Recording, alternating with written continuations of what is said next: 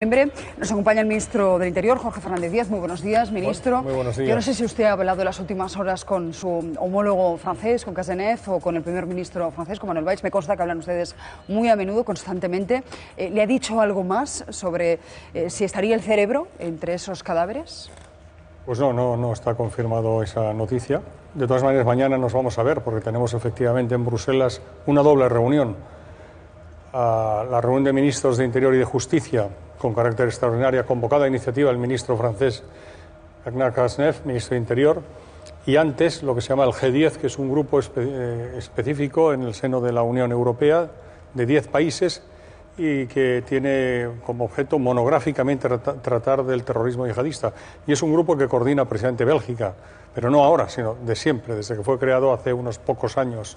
Entonces, a las 8:30 de la mañana en Bruselas tenemos esa reunión del grupo del G10 y a continuación la reunión de ministros con un almuerzo también de trabajo y sobre la mesa pues todas las cuestiones que tienen que ver con la implementación de medidas para reforzar la seguridad ante el incremento del nivel de amenaza del yihadismo. Vamos a hablar de esas medidas, pero por cerrar el asunto del presunto cerebro de los atentados, ¿le consta a usted que el cerebro del 13N adiestrara a comandos para atentar en España? Es una noticia que publica esta mañana La Razón en primera página.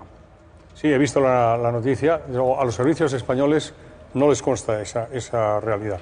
Lo que sí nos consta es que esa persona, Abdelhamid Abaoud, había intentado captar, reclutar a través de las redes a personas, a españoles y fundamentalmente mujeres, pero para ser integrados y desplazarse a combatir en Daesh en zona de conflicto, pero no para cometer atentados en España. Eso no nos consta. ¿Mujeres? Bueno, últimamente, como es sabido, el Estado Islámico, el Daesh, se está especializando en la captación de mujeres. Entre otras cosas, consideran que para el califato los mujahidines han de tener mujeres porque hay que, digo la terminología de ellos, ¿no? Repoblar y garantizar la población del califato, y en ese sentido pues están llamando a las mujeres a una evidente menosprecio de su dignidad y demás, pero no vamos a pedirles respeto a los derechos humanos y dignidad a estos bárbaros, ¿no?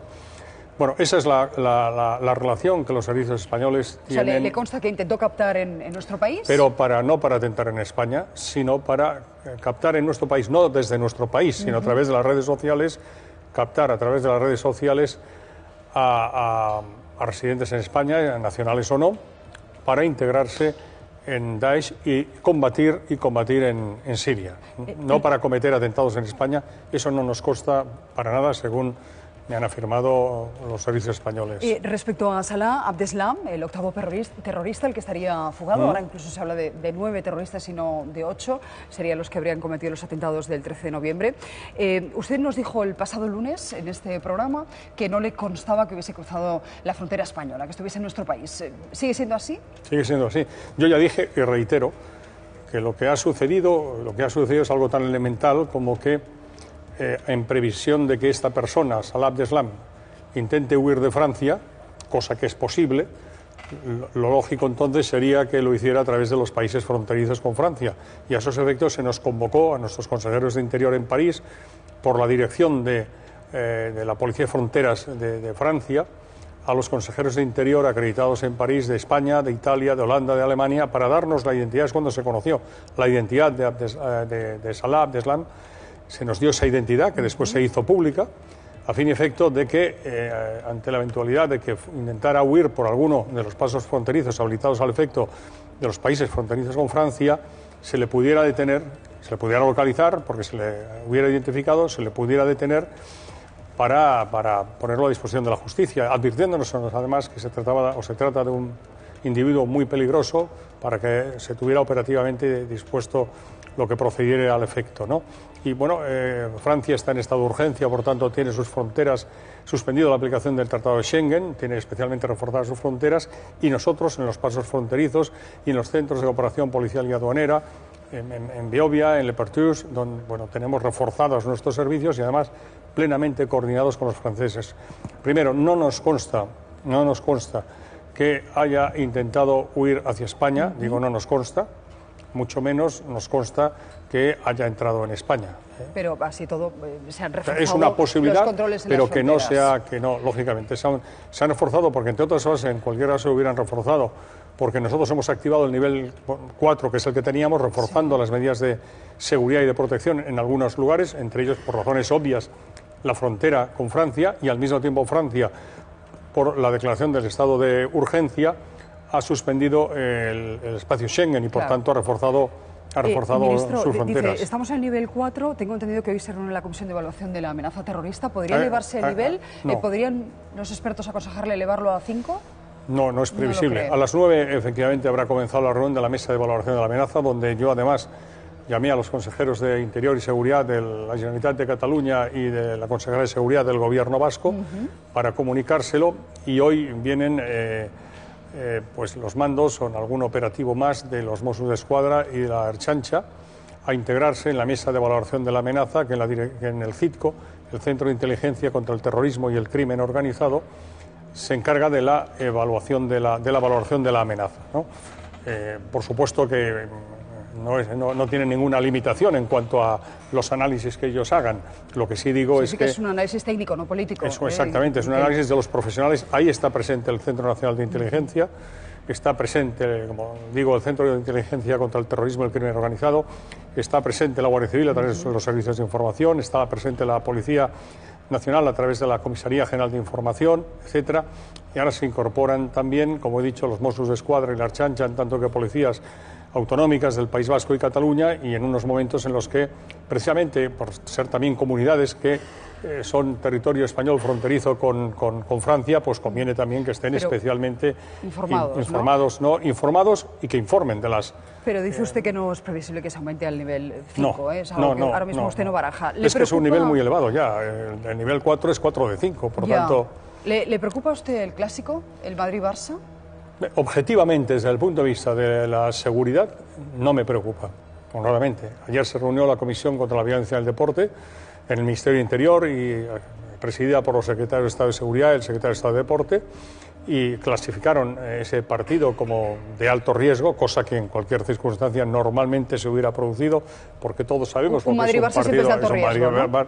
Ahora, es verdad que en estas condiciones, conviene recordar que los atentados trágicos del Viernes Negro pasado en París comenzaron en el entorno del Estadio de Francia, y que después 2 partidos internacionales, Bélgica, España y Alemania-Holanda, han sido suspendidos. Afortunadamente, el Inglaterra-Francia no ha sido suspendido.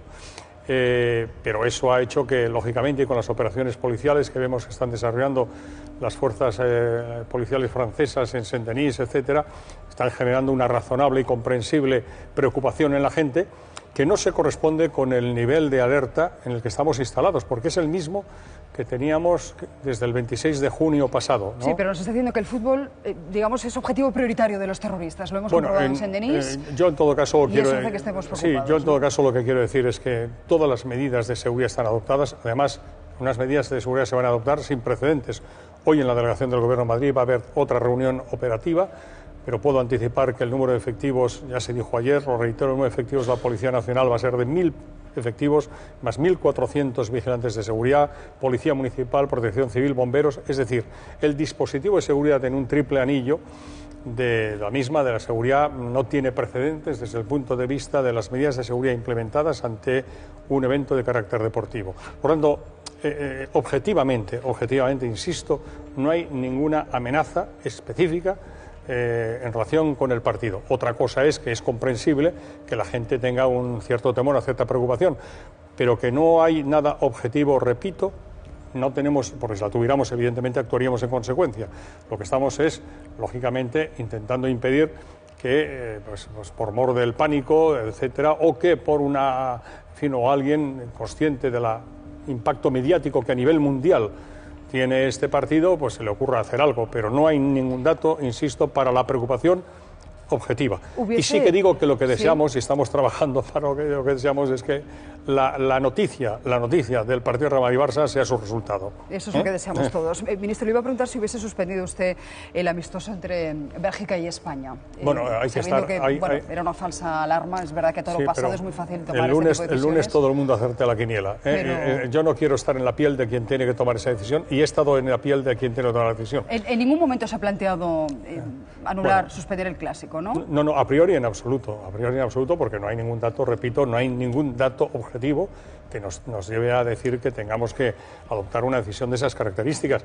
Otra cosa es que se pudiera, en fin, producir una situación sobrevenida, pero eso es especular simplemente en estos momentos. Pues no hay ningún dato y lo que tengo el deber de trasladar, lógicamente, es de calma, tranquilidad, serenidad. Se están adoptando las medidas necesarias para garantizar la seguridad del evento y, por tanto, que los aficionados del Real Madrid, los aficionados del Barça, los aficionados del fútbol puedan disfrutar de un partido extraordinario y que, como he dicho, la noticia sea el resultado del partido y, como se dice normalmente, que gane el mejor. Pues, pero, en fin, sin duda, vamos a dejarlo ahí, si le parece. Antes de dar la palabra a nuestros contertulios, yo le quería hacer una pregunta respecto a las medidas que se podrían aprobar mañana en esa reunión de los ministros de Interior en Bruselas, porque una de las cosas que está proponiendo Francia es que los europeos sean controlados en la frontera cada vez que regresen o partan hacia un tercer país. No sé si usted está de acuerdo con esa propuesta. ¿Se refiere a cuando atraviesan las fronteras exteriores de la Unión? Claro, porque dice que hasta ahora los residentes de la zona Schengen están sometidos a controles aleatorios, pero lo que quiere hacer Francia es que se cotejen sus datos con el resto de bases de datos nacionales de manera obligatoria. En la Unión Europea lo que tenemos son fronteras exteriores de la Unión y por el interior libertad de circulación de acuerdo con el Código de Fronteras Schengen. Eso es básicamente lo que tenemos. Entonces, y España, por cierto, es frontera exterior de la Unión Europea, como es sabido, y además con la singularidad de que es la única frontera exterior de la Unión Europea en África, con nuestras ciudades españolas de Ceuta y Melilla, que además son fronteras Schengen, en tanto en el Tarajal en Ceuta como Beniensar en Melilla son zonas Schengen, y cuando somos muy sensibles a esa realidad. Lo que se pretende es, primero, securizar la frontera exterior de la Unión Europea, precisamente como garantía del mantenimiento del Código de Fronteras Schengen, es decir, de algo que forma parte del acervo comunitario, que es la libertad de circulación. Dicho eso, el Código de Fronteras Schengen ya prevé que en circunstancias extraordinarias, sin perjuicio del mantenimiento del principio de libre circulación, se puedan establecer con carácter extraordinario controles aleatorios de seguridad o de identificación de las personas. Pero en este caso lo que propone Francia son controles obligatorios, no aleatorios. Sí, lo sé. Entonces hemos de estudiar efectivamente a ver qué es lo que dice de manera concreta esa propuesta, porque es una previsión contenida en el Código de Fronteras Schengen con carácter temporal nada más, porque es evidente que si fuera un carácter definitivo sería la desaparición del espacio Schengen. Por tanto, pero ante circunstancias excepcionales, lo que es aleatorio puede pasar a ser temporal durante un periodo determinado. Y eso es lo que está planteando Francia. Y está planteando otra cosa que nosotros apoyamos absolutamente, que tiene que ver con la securización de las fronteras exteriores de la Unión Europea, que es el famoso PNR del que habrán oído hablar muchas veces, que son las siglas en inglés del Passenger Name Record, o sea, registro de pasajeros sospechosos, que lleva tratándolo la Unión Europea desde el año 2011, porque se tiene que aprobar mediante proceso de codecisión entre el Parlamento Europeo y la Comisión. La Comisión está de acuerdo, el Consejo Europeo está de acuerdo, pero el Parlamento Europeo no estaba de acuerdo, porque entendía, en ese debate entre libertad y seguridad, que algunos de los perfiles que afectan a las personas que entran y salen de la Unión podía afectar a su privacidad. Y bueno, pues yo creo que hay total garantía de esa privacidad en la medida que el PNR es una herramienta que no pretende conocer quién entra y sale, que ya lo sabemos, sino poder identificar por los datos de perfil sospechoso, trazabilidad de esa persona y otros datos que están en una normativa comunitaria, metido en una base de datos impresionante, y con esas bases de datos en todas las fronteras de todos los estados de la Unión que son frontera exterior, poder detectar que quien entra y sale en un momento determinado de la Unión Europea es un pasajero que puede ser potencialmente un terrorista a la luz de las informaciones que se tienen. Tener controlados los retornados, por ejemplo, de otros países. Por ejemplo. Cosa que ahora no ocurre. Por ejemplo. ¿No? O no ocurre como debería. Por ejemplo, digo que es un ejemplo porque efectivamente sería así, pero no solo. Es decir, no solo retornados, sino personas que por los antecedentes pues se pueden radicalizar, son potencialmente terroristas, de tal manera que se iniciaría una investigación de carácter criminal, judicializada, y por eso digo que esa reserva respecto a la privacidad de datos de carácter personal no está justificada desde el punto de vista de la inmensa mayoría de países de la Unión. ¿Por qué? Porque solo tendrían acceso a esos datos en el contexto de una operación judicializada las fuerzas encargadas de la investigación criminal de esa... Usted siempre ha defendido el PNR, ¿eh? Pero yo, Alemania, Francia, todos los países, pero hay algunos eurodiputados que ponen el acento en la privacidad de esos datos y creo sinceramente que con la mejor intención están poniendo en riesgo la seguridad, lo digo así de claro. Ministro, yo quería preguntarle precisamente por el PNR, porque como usted acaba de explicar, falta el trámite parlamentario europeo, ahí tuvo un papel destacado López Aguilar, si no recuerdo mal, en la anterior legislatura, en esta actual los socialistas... ¿Un papel destacado en qué sentido? De que era el presidente de la comisión tenía que dar... porque lo bloqueó. Efectivamente, lo bloqueó, pero parece que en esta legislatura habría algunos socialistas dispuestos a cambiarlo. Tras Charlie Hebdo. Por eso, quería saber si en los encuentros que tiene el presidente de gobierno con Pedro Sánchez han hablado de esta medida, que a mí personalmente me parece fundamental. Y luego una segunda pregunta, el problema en origen.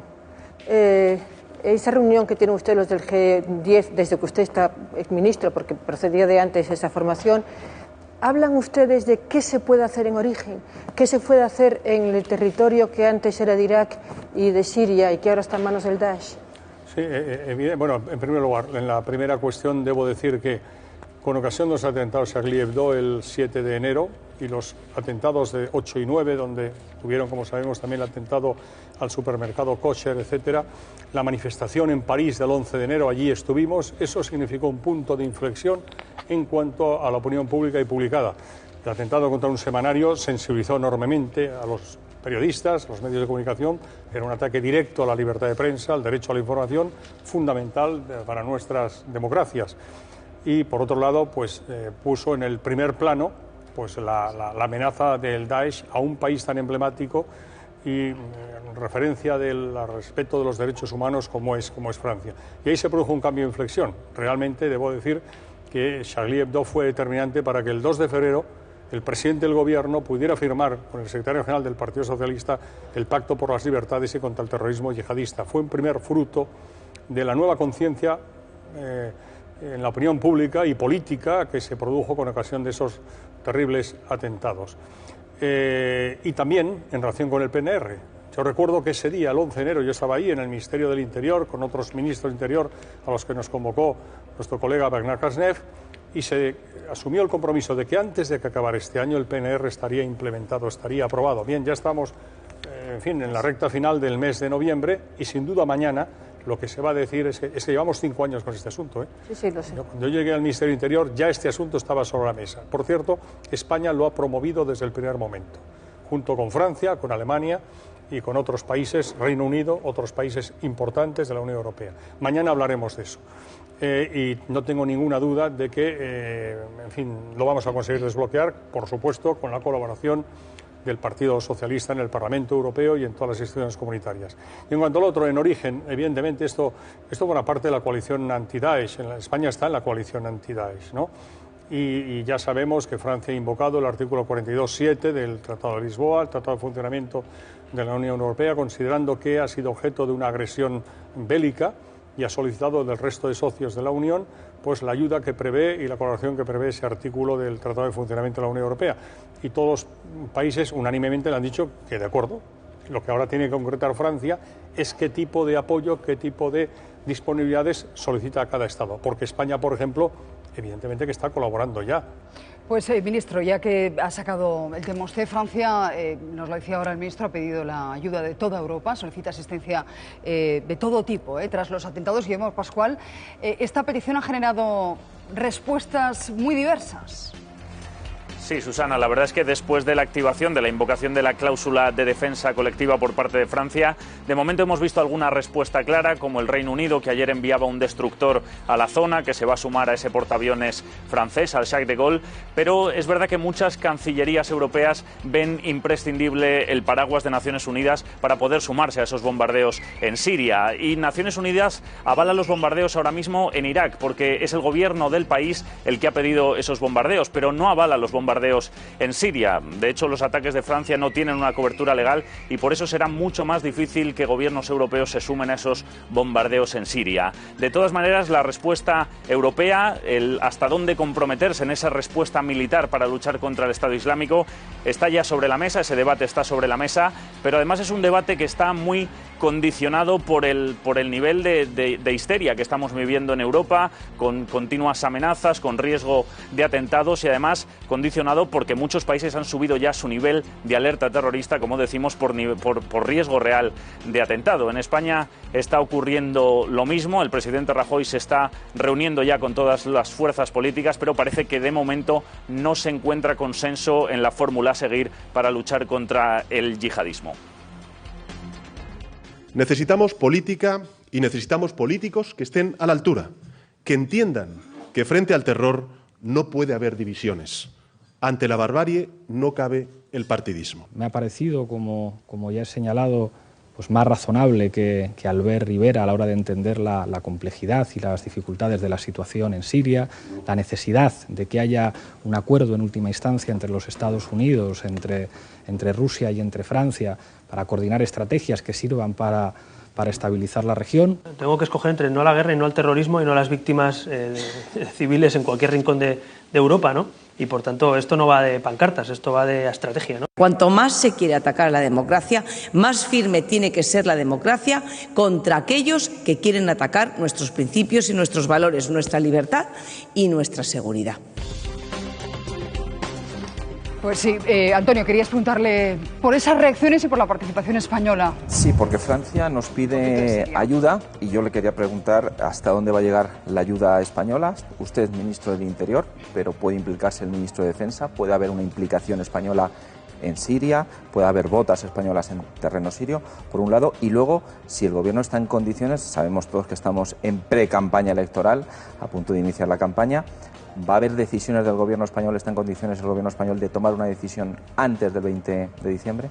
Bueno, yo creo que cada día tienes afán y hay que ir, en fin, no especular en cosas tan serias, no lo digo por ustedes, obviamente, digo por algunos comentarios y algunas afirmaciones que he escuchado. No hay que especular sobre determinados acontecimientos. La posición del gobierno ha quedado muy clara. Primero, Francia ha invocado el 42.7 del Tratado de Lisboa y se le ha contestado, como todos los países, que de acuerdo. Pero ese artículo lo que dice es que solicita a sus socios ayuda. Bien, porque considera que ha sido agredido militarmente. Por eso ha calificado el presidente Hollande no de ataque terrorista, sino un ataque de guerra, una guerra. Porque ese no hubiera tenido que invocar otro artículo, el 222 del Tratado de Lisboa, y no el 42.7. Entonces, a partir de ahí nosotros mostramos nuestra disponibilidad. Mostrar tu disponibilidad significa que estamos a lo que nos diga, partiendo de la base de que España ya está actuando. Estamos en la coalición anti-Daesh y estamos además ayudando a Francia en los escenarios donde está actuando Francia, con apoyo logístico fundamentalmente. Por ejemplo, en Gabón, en Somalia, en República Centroafricana, en Mali, en Irak tenemos 300 militares instructores, lo ha dicho reiteradamente el ministro de Defensa, 300 instructores militares formando al ejército iraquí que hace frente a Daesh. Hemos visto la reciente visita del presidente del gobierno a Irak, acompañado del ministro de Defensa, cómo ha estado con militares españoles que están con una batería de misiles Patriot en la frontera de Turquía con Siria. Es decir, nosotros tenemos un despliegue en el exterior importante en el marco, como digo, de la coalición anti-Daesh y muy especialmente, además, apoyando a nuestros vecinos, socios, amigos y aliados franceses. A partir de ahí, si se nos piden más ayuda, pues que se nos concrete y nosotros, evidentemente, actuaremos con determinación y prudencia. Aquí hay condiciones necesarias y condiciones suficientes. Las necesarias son las que ya conocemos. Tiene que haber una cobertura jurídica, tiene que haber consenso entre todos los países de la Unión Europea, porque Francia no se ha dirigido a España, se ha dirigido a todos los países de la Unión Europea. Y luego, evidentemente, tiene que haber un acuerdo interno que se materialice en una autorización del Congreso. Eso es condición necesaria. Para que pase a ser de condición necesaria a condición suficiente, tenemos que concretar de lo que estamos hablando. En estos momentos, la determinación y la prudencia no son incompatibles. Es lo que quiero decir. Algunos parece que se han vuelto de repente, pues, en fin, poco más o menos que los grandes adalides de la guerra. Yo creo que... ¿Se refiere usted a Pedro Sánchez? No, no me refiero a nadie en particular. Me refiero a que no se puede decir que España, pues, en estos momentos no esté donde tiene que estar, que es con sus socios, amigos y aliados, y en particular en estos momentos con quien está especialmente agredida, que es Francia, porque llevamos mucho tiempo estando junto a Francia. Pero la opinión del gobierno español es que si no se actúa en Siria, este problema no se va a solucionar. No, es evidente que llevamos, en fin, esto llevamos desde el año 2011, con lo que está pasando en Siria, y eso ha provocado, pues, en torno a 250.000 muertos, más de 8 millones de desplazados en el interior de Siria, más de 4 millones de refugiados. Por lo tanto, el drama humanitario es terrible.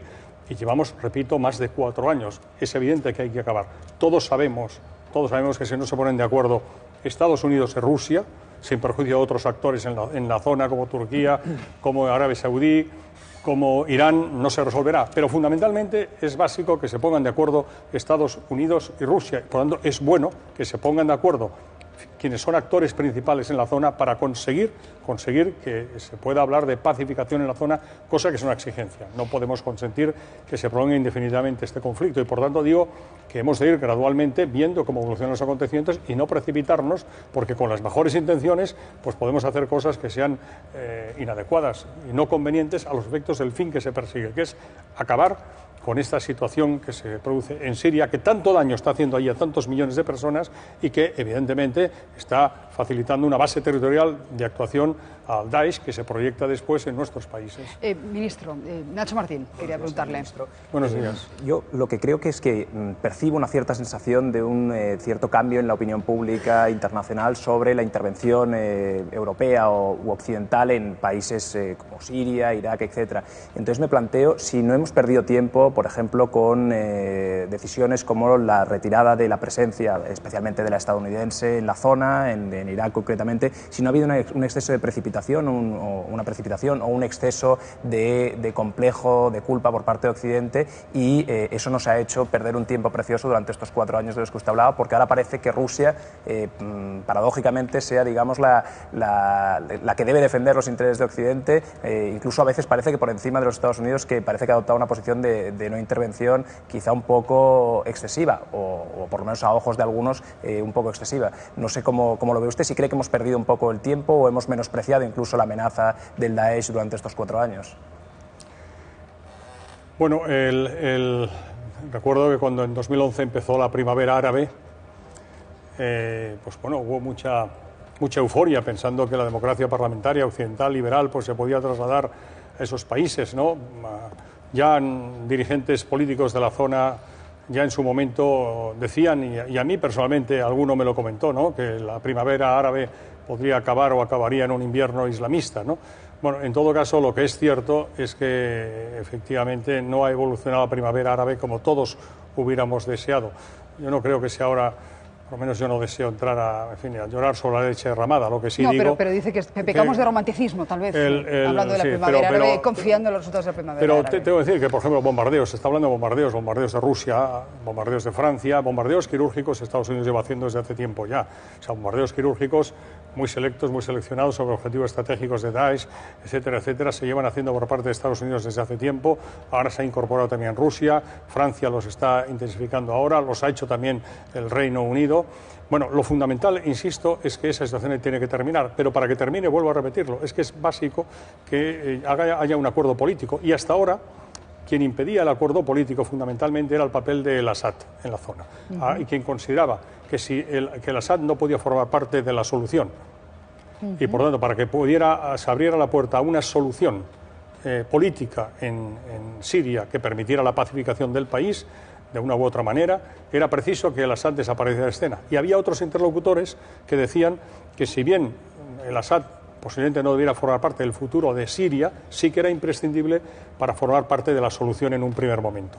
Los últimos atentados sobre Francia han acercado la posición de Rusia, que era gran defensor del Assad, con Francia, que era gran antagonista del Assad. Y estamos viendo cómo ahora Francia y Rusia se están uniendo. O sea que ahora el Assad sigue siendo malo, pero digamos que forma más parte de la solución que del problema. Bueno, se está imponiendo un cierto consenso en que hay que contar con el Assad, pero que hay que contar con Rusia, que es la gran antagonista del Assad, y que para conseguir una solución. ¿Cuál sea su papel después? Es evidente que está por definir. Nadie duda que el Assad no es precisamente un personaje ni un dirigente al que se le aprecie desde Occidente, pero lo urgente en estos momentos es conseguir una solución negociada en Siria que permita la pacificación de la zona. Y si hay un acuerdo en Siria... Ayer, ministro, nos hacíamos eco de una entrevista del ministro de Exteriores francés que decía: el Assad no nos gusta, pero no viene a matar inocentes a nuestra casa. No sé si es una manera pragmática de expresar cuál es no siempre en la vida posición del gobierno francés ahora mismo. No puedes siempre elegir el bien mayor. En no pocas ocasiones tienes que elegir el mal menor. Y en estos momentos, crecientemente, para países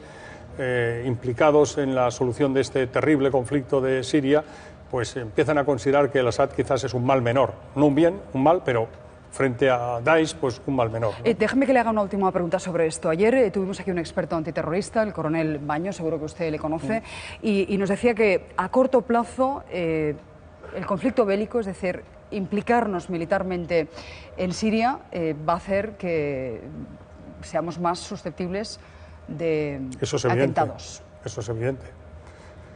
Bueno, eso es evidente, pero para España, para cualquier otro país.